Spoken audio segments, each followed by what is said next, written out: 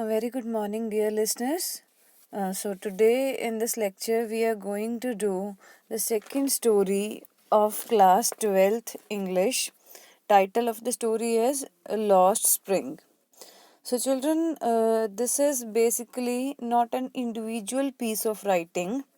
Lost Spring is actually the title of a book that was written by Annis Young, right? It's a title of a book. The complete title is Lost Spring Stories of Stolen Childhood. So, students, this title is, I would say, not at all a straightforward one. Lost Spring, the title seems that the author has probably explained something about the seasons, something about the spring season, something about losing the spring season, right?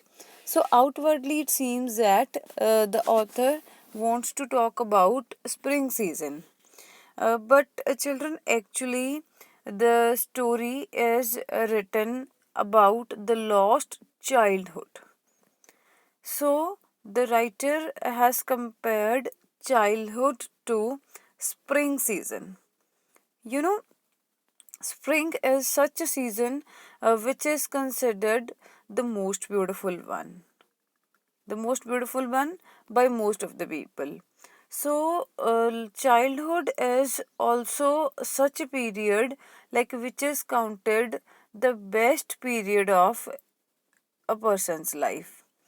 So, in this story, Annis Young has tried to make a clear picture of those children who are not able to enjoy the spring of their life. She has talked about those children who couldn't get or who cannot get the opportunity to enjoy the golden period of their life. And the golden period of their life is, of course, childhood. About the writer, if we read, so Annis Young was born in Rourkela and she spent her childhood and adolescence in Hyderabad, India. Right? So she received some of her education in Hyderabad and some in USA. Both her parents were writers and she too began her career as a writer in India, right? So she has been working as an editor and a columnist for several newspapers in India as well as abroad. And she has written several books, means she has written many books. So the present story that is included in your book Flamingo is also taken from a book whose title is Lost Spring Stories of Stolen Childhood, as I told you, right? So, here in this story, she analyzes the grinding poverty and the traditions and customs which condemn these poor children to a life of exploitation. You know, what I felt after the reading of the story, like Annis Young has touched that part of our society, like that section that seems, we all have sympathy for these children. We all have sympathy for these kind of people, but nobody talks about them. Nobody wants to write about such people. Nobody wants to explore their lives. Annis Young had taken an initiative to jot down knowledge about these people, their living conditions, their desires, their dreams, right? So, like she has tried to touch such areas, so which all the writers are not able to do. So, in this story, she would talk about a boy whose name is Sahib, right? So she would talk about him, she would converse, she would act that she is conversing with Sahib, and gradually by the end she is able to take out the conclusion that how these people adjust themselves to such a life of rag picking, such a life of poverty, such a life of starvation, right? So See what like how she begins the story. So she has divided the story into two equal parts. Two parts. First part we are going to begin. Its title is Sometimes I Find a Rupee in the Garbage. I hope all of you know the meaning of garbage, right? A collection of rubbish. So garbage, finding a rupee. You know, children, money is such a thing which can change every person's attitude. Money, rupee, you would often find these words like bringing out a deep meaning out of these lines of story. See, sometimes I find a rupee in the garbage must be a line uttered by Sahib, one of the major characters of story. See how she begins. Why do you do this? I ask Sahib, whom I encounter every morning scrounging for gold in the garbage dumps of my neighborhood. Sahib left his home long ago. Set amidst the green fields of Dhaka, his home is not even a distant memory. There were many storms that swept away their fields and homes, his mother tells him. That's why they left looking for gold in the big city where he lives now. One day the narrator asked Sahib, that boy who was always busy in scrounging. Scrounging means, children, to hunt for something, to find something of a very nominal value, of a very less value, right? So, whom I encounter, she has written. Encounter means to meet, to see, right? So she asked Sahib, like, whom I encounter every morning. Like, she always used to see Sahib scrounging for gold in the garbage. Scrounging means looking for or finding, right? Finding gold in the garbage dumps. So, do you think that gold can be found in garbage dumps? Can anybody find gold in like garbage? I don't think so. So, see, the writer has taken a very, critical line, you may say, a line, so that is satirical. So she says that Sahib used to look for gold in that garbage. And Sahib had left his home long, long ago, and they were living amidst the green fields of Dhaka. Dhaka, I hope you have heard the name of the place. It's in Bangladesh. So, Sahib's home is not even a distant memory. It means Sahib didn't even know about the location of his home, nothing about that. Right? So, there were many storms, there were many problems that swept away their fields on which they used to work, on which they used to do agricultural works, and their home. His mother, Sahib's mother, told him. So that's why the people left that place, because there were many storms, many natural calamities, and their land and home was destroyed. Right? So that's why the people have shifted to the big city Dhaka, where the people were living now. And why they have shifted to Dhaka? Because they feel that people here are very rich, and they often leave gold in the garbage, they often leave money, right, in the garbage. And by finding that gold, by finding that money, so children like Sahib and the families of children like Sahib can also like survive by rag picking, by finding precious things in that garbage. So, see what the writer further says. She says, "I have nothing. I have nothing else to do." He mutters. She says that what was the answer of Sahib? Sahib answered that he didn't have anything else to do. He doesn't have any work. If we say, like, any profession, any work, anything to do, looking away. So he mutters. Mutters means to utter, to produce a sound to answer that, right?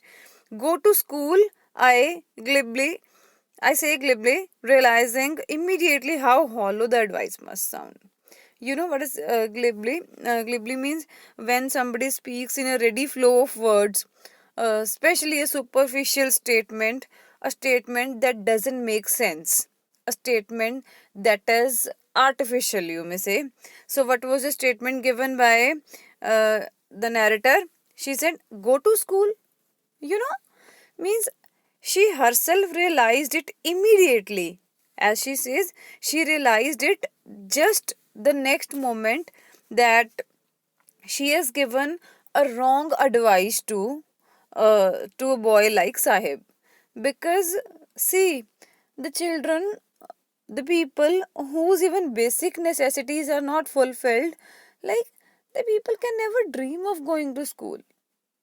Like, how can they jot down money? How can they jot down uniforms, books, like each and everything, stationery, whatever is needed for like being in a school? So she immediately realized that children like Sahib can never go to school, right? But somehow she had given that statement, go to school. See, there is no school in my neighborhood. When they build one, I'll go. The answer from Sahib's side was that because there is no school in their area, and if any school is built there, then he said that he would definitely go to that one. Right? So, see what the narrator further says. She says, "If I start a school in your area, will you come?" So she asked that half jokingly. Yes, he says, smiling broadly. You know, a broad smile on Sahib's face came when Sahib heard a statement from the narrator that if she starts a school, so would Sahib join that school? Of course. You know, children, more than 95%. As per I know, even more than 98% of the school going children hate going to school. Nobody wants to go to school, right? In opposition to that, if you realize, if you have ever seen the people who are rag pickers, if you have seen the people who are beggars, who can't even afford to fulfill the basic necessities of life, the people long for going to school. They really wish to attend school. They want to get education. They want to do some job. They want to involve themselves in some profession. Right? So, see what is Sahib's desire? Because the author was just joking. See, it's not easy to build a school. So she was just joking, but Sahib took it seriously and said that, yes, of course, I would join that school if you build. Right? So, a few days later, I saw him running up to me, "Is your school ready?" You know, Sahib was a kid. How could he realize that building up a school is not easy as that? So when Sahib saw the narrator the next a few days later, so he ran up to her and asked, "Have you made that school? Is the school ready?" See, what is the answer of the narrator? "It takes longer to build a school," I say, embarrassed at having made a promise that was not meant. But promises like mine abound in every corner of his bleak world. You know, she felt embarrassed. She felt ashamed when she heard that question from Sahib, that have you built that school? And she, out of shame, she answered that like it's a long process to build a school. Right? Abound, but abound means a lot of. So, but in the next moment, she added that first she felt ashamed that she made a false promise to Sahib. Secondly, in the second instance, she realized that such kind of promises are always made in this bleak world. Right? Bleak means, children, cheerless, which is colorless, without colors, miserable. So, this world is colorless for children like Sahib, and she says that, but promises like mine abound in. Means a lot of such kind of promises are made to children like Sahib in this colorless world, right? After months of knowing him, I ask him his name. Sahib-e-Alam, he announces. So when the author often used to meet him, and on one of the days she asked his name, and see, his name is Sahib-e-Alam. He answers Sahib-e-Alam. The author was shattered on knowing the name. Like, she, all of a sudden, like, she felt stuck. She felt surprised. Why? See, he doesn't know what it means. Means Sahib doesn't know the name of his meaning. If he knew its meaning, the meaning of Sahib-e-Alam is Lord of the Universe, ruler of the world, ruler of the universe, right? So he would have a hard time believing it. It means author wants to say that his name is totally opposite to the life he is living presently, right? Unaware of what his name represents, he roams the streets with his friends, an army of barefoot boys who appear like the morning birds and disappear at noon. Over the months, I've come to recognize each of them. It means the author must be meeting all of them either occasionally or daily, right? So, what the people used to do, their routine was to like get out of their places where they must be staying at night, so getting up early from that place, coming out of that, and start looking for the rags, start looking for the money, for the things which people have thrown in the garbage, and they used to collect that, and they disappear till noon time. So those boys, those rag pickers, have been compared to birds by the author, right? Birds too are seen in the morning time, and they disappear in noon, right? Next is the author says, why are not you wearing chappals? I ask one. Footwears, So author asked like why they are not wearing footwears. So my mother didn't bring them down from the shelf, he answers simply. He means that he was never provided with the footwears. How can he wear them? Right? Even if she did, he will throw them off. Adds another who is wearing shoes that do not match. So, see, like they too have differences among themselves. They live with love and happiness, but they have differences as well. So, another boy adds to the answer. He says that even if his mother brings shoes for him, he will throw away those shoes. Right? So, the answer is given by that boy who was wearing both shoes that were of different color and different shape. It means both shoes were not matching. It was not a pair. The shoes he was wearing, both those shoes belong to different pairs, right? So when I comment on it, he shuffles his feet and says nothing. I want shoes. So when the author commented on that, so what was the answer from the boy's side? He says that nothing. I only need shoes to wear, like whatever it be. Says a third boy who has never owned a pair all his life. A third one now answered all of a sudden. His answer was, I only need shoes. Why? Because throughout his life, suppose his age is 10, his age is 15, right? So he had never got a pair of shoes to wear in his life. That's why he's saying that whatever be the condition of the shoes, be it good, be it bad, be it worst, I only need a pair of shoes, right? See the pathetic situation the author has created by saying, I want shoes. You know, that condition in which one feels deprived. Deprived of the thing, or deprived of such things which they have never acquired in their whole lifetime. So next line is, traveling across the country, I have seen children walking barefoot in cities on village roads. It's not lack of money, but a tradition to stay barefoot, in one explanation. right? So the author gave another viewpoint that she has seen many such children who are not wearing any footwears. And why they are not wearing footwears, another explanation she gives is, it's not because that they have lack of money or they don't have money to purchase those footwears, but it has become a custom for them, it has become a tradition for them, it has become a kind of habit for them, right?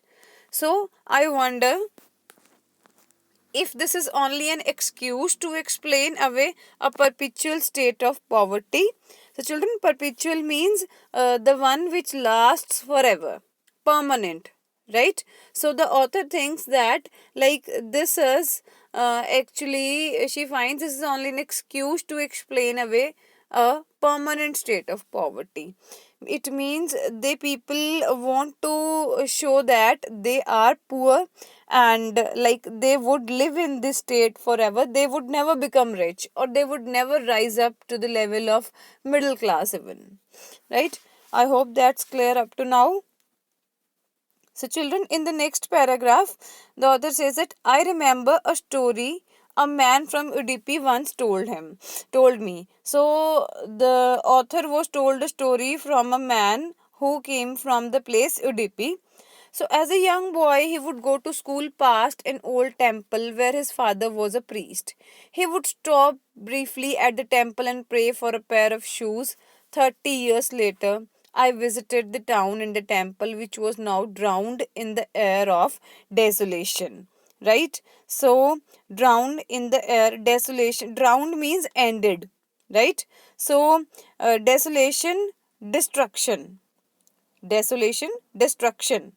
So, what he says now, see, the author says that, like, once she got an opportunity to listen to a story from a man who came from Udupi.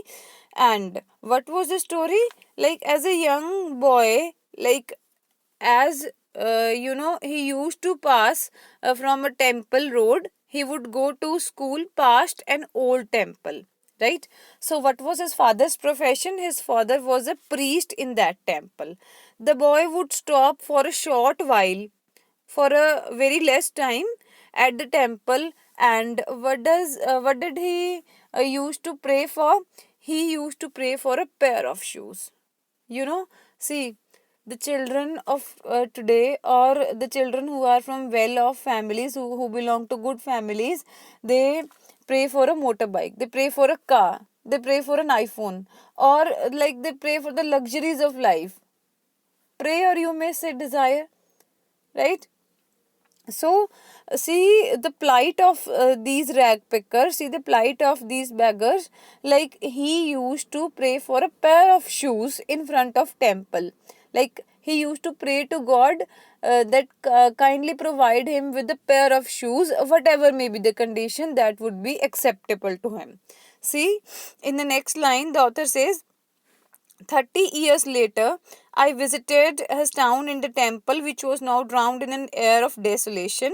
Right? So, the author visited that, and what was the condition? In the backyard, where lived the new priest. Now that priest was not living in that place, a new one had arrived. There were red and white plastic chairs. It means that shows a kind of improvement, right?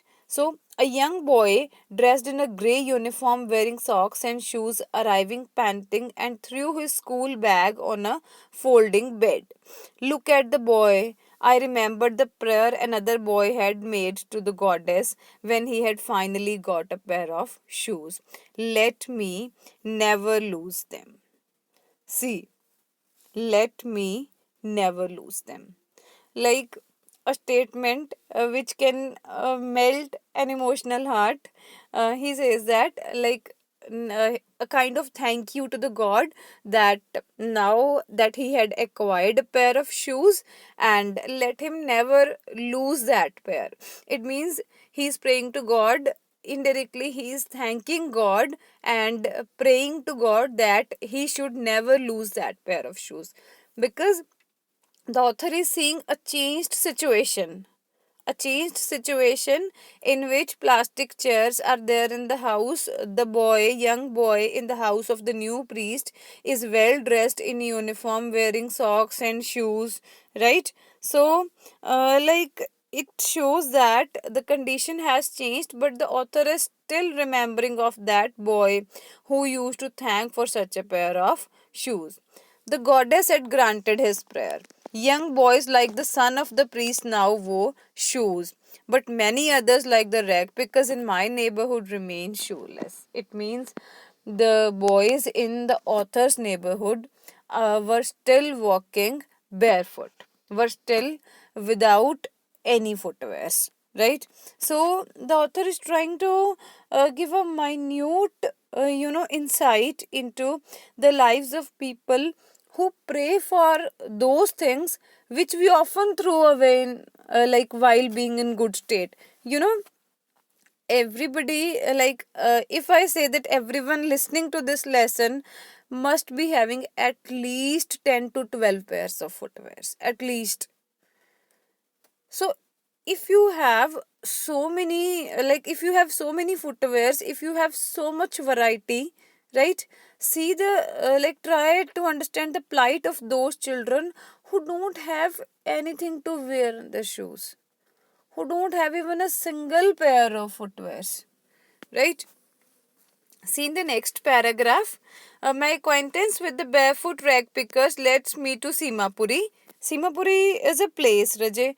It's the name of a place and it's on the periphery of Delhi, right? So it's in the outskirts of Delhi, yet miles away from it. It means it's very far away from that metaphorically. Like he has given a statement that is both contrasting and it seems similar as well. So those who live here are squatters who came from Bangladesh back in 1971, right? So he is talking of squatters. Squatters means, idle people, the people who are not into any kind of profession, the people who are free, right? So those who live here are squatters. It means the people who are living here are idle people, idle, idle, free, right? So Sahib's family is among them. Simapuri was then a wilderness. Wilderness, is a place that is in lost state, which is not known to anybody. So it still is, but it's no longer empty. In structures of mud with roofs of tin and tarpaulin, devoid of sewage, drainage, or running water, live 10,000 rag pickers. See, that's not an empty place now. How many people live there? About 10,000 people, right? And where they live in the homes built by tin and tarpaulin. Tin, a metallic substance. Tarpaulin, black colored cover, blanket type cover sheets, waterproof sheets, with which often the traders used to cover the wheat in rainy seasons or wheat in order to protect it from any kind of bad weather. Tarpaulins. So their houses, their huts, I would not call them houses, their huts were covered with tin and tarpaulin. Devoid of. Devoid means not having, right? Devoid of sewage, they don't have any sewage facility, any drainage facility. Means the waste water doesn't have any way to go, right? So drainage or running water, even they don't get running water. It means whatever water they want to consume, if they want to drink water, if they want to take bath, they have to fetch it from some other place. They have to take that water from some other place, right? So next line is, they have lived here for more than 30 years without an identity, without permits, but with ration cards that get their names on voters list and enable them to buy grain.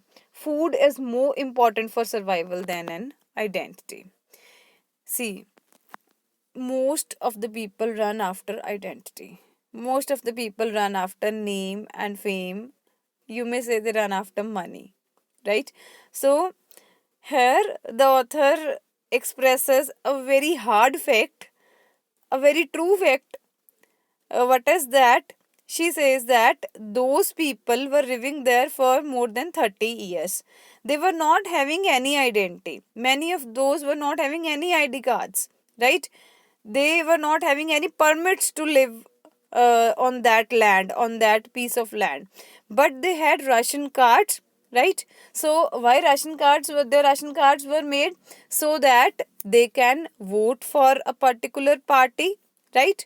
And they were able to purchase some ration. They were able to purchase some goods that are necessary for survival, right? So by showing that ration card, food is of course more important for survival than identity. The author says that obviously if one is to choose between identity and food, they would choose food. Why? Because without food we can't survive on this earth, right? Next line is, if at the end of the day we can feed our families and go to bed without an aching stomach, we would rather live here than in the fields that gave us no grain, say a group of women in tattered saris when I asked them why they left their beautiful land of green fields and rivers. Wherever they find food, they pitch their tents and become transit homes. Children grew up in them, becoming partners in survival. And survival in Simapuri means rag picking. Survival in Simapuri means picking up or finding things from garbage. Through the years, it has acquired the proportions of a fine art. Garbage to them is gold. Gold means garbage to them is very precious thing. It's their daily bread, a roof over their heads. Even if it's a leaking roof, but for a child, it's even more. You know, they people used to pitch tents. Pitch means sticking, fixing their tents. Like, next difficult word is transit. Transit, it means carry one's belongings, carry one's necessary things wherever they used to find food, right? So, what the author says here, she says that these children grew up in such poor conditions, and why they begin to work? They begin to work in order to, contribute their parents in the process of survival. And how they used to contribute their parents in survival? They used to contribute by rag picking, right? So it has become a profession to them. It has become a source of livelihood for these people. It's their daily butter. This is belly bread and butter. It means whatever they need for survival, so that they used to acquire from this garbage. How? By finding little things in it. Lots and lots of things are thrown by the rich and middle class people. They consider those things useless, and often such things are found by these rag pickers, these people who find gold in the garbage. Actually, they never find gold. Gold was never found by them. They used to find such things which were having equal value in their eyes, which were having equal values, right? So they used to find things which were actually as precious as gold for them, right? Which was a kind of luxury for them. See, and on the next page, I sometimes find a rupee. As we were reading the title first, I sometimes find a rupee, even a 10 rupee note, Sahib says, his eyes lighting up. It means Sahib is happy on announcing that sometimes he is able to find a rupee or even a 10 rupee note in that garbage. When you can find a silver coin in the heap of garbage, you don't stop scrounging. It means when you find something precious in that heap of garbage, right, in that heap of rubbish, you cannot stop scrounging. Scrounging means hunting, finding. You cannot stop scrounging, for there is a hope of finding more. Like if you find something precious, you keep on finding more, because you always hope that this garbage, this rubbish, or like this much waste has been thrown by a rich person. If I have found one precious thing, I may find more of that. So that's why it becomes a kind of hunger to look into that garbage. Next line is, it seems that for children, garbage has a meaning different from what it means to their parents. For the children, it's wrapped in wonder. For the elders, it's a means of survival. For elderly people, garbage was a source of livelihood. For children, it's a more exciting thing. More exciting thing means it's wrapped in wonder. They feel that they will get a gift there. They will get a packed gift there. It means finding something precious was a kind of surprise for them. They used to get extremely happy, extremely excited on finding a precious thing in garbage. Right? Next paragraph, he says, one winter morning I see Sahib standing by the fenced gate of the neighborhood club watching two young men dressed in white playing tennis. I like the game, he hums. Humming, speaking in a slow tone. See, Sahib's desire was to play that game. He says, I like the game. He really wanted to play that game. He was observing that game. He was standing by the fenced gate, right? Or which boundary wall was there? Fenced gate of a neighborhood club, right? So two young men who were dressed in white dress, right? They were playing tennis there. And it was like a dream to children like Sahib and many others, right? So he was watching that and he hums, he speaks slowly that he really likes that game. Content to watch it standing behind the fence, I go inside when no one is around, he admits. Sahib here admits, he here confesses that when nobody is there in that ground, so he often goes inside. The gatekeeper lets me use the swing. Swings have become an old thing for the children of the generation. So, but for children like Sahib, enjoying swing is a big luxury. So he often used to enjoy that spring in the absence of people there, and he happily admits that the gatekeeper of the place allows him to go inside and use the swing for a while. Right?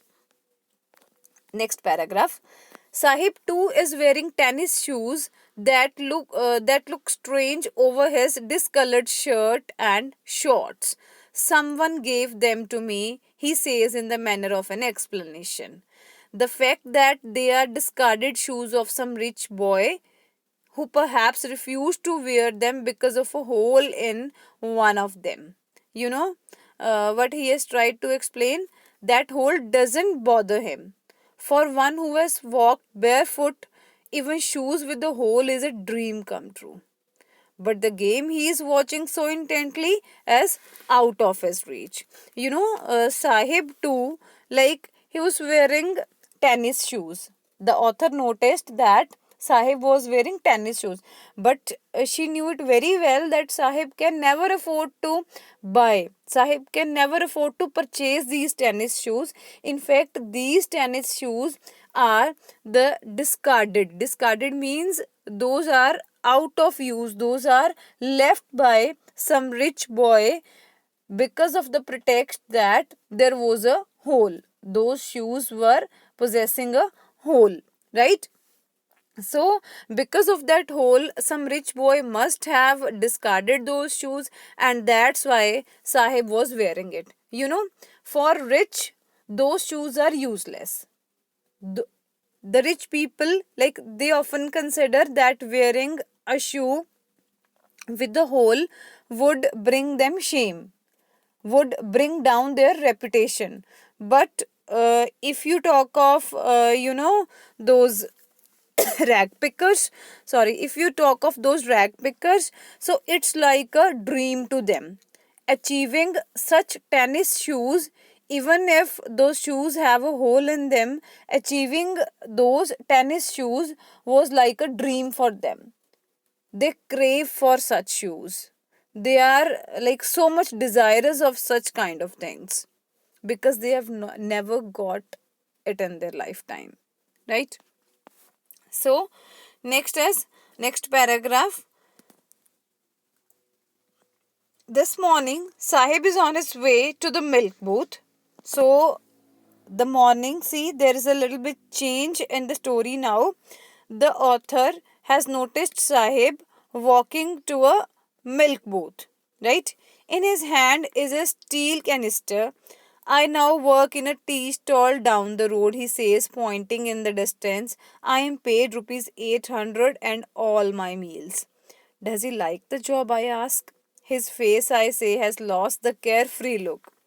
The steel canister seems heavier than the plastic bag he would carry so lightly over his shoulder.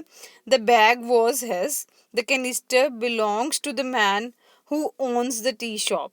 Sahib is no longer his own master. What's a canister? Canister is a kind of tin container in which tea is, taken from one place to the other. Now, Sahib has acquired a job.